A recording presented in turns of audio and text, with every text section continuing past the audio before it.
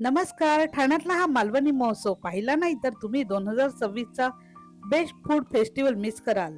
आज आपण आलोय ठाण्यातल्या मालवणी महोत्सव 2026 मध्ये आणि इथे एंट्री घेतली की सरळ कोकणात गेल्यासारखं वाटतं. इथे एकीकडे कोकणी म्युझिक तर दुसरीकडे अस्सल मालवणी सुगंध. इथे आहे गणपती बाप्पा विराजमान आणि सगळीकडे इथे फूड स्टॉल आहे. इथे आहे मंचुरियन. काही भागामध्ये मंचुरियन मिळते आहे तर काही भागांमध्ये कोंबडी वडे सुद्धा आहेत. तुम्हाला नक्कीच बघायला मिळतील.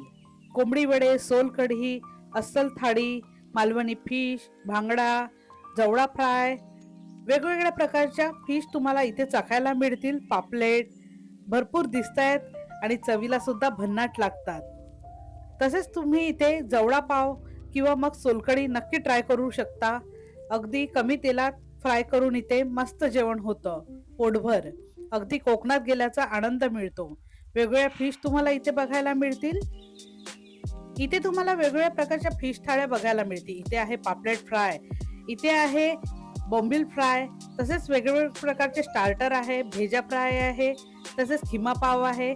इथे पुरणपोळी सुद्धा अप्रतिम चवीची मिळते, तेही खापरेवरची. ही सुद्धा एक कलाच आहे.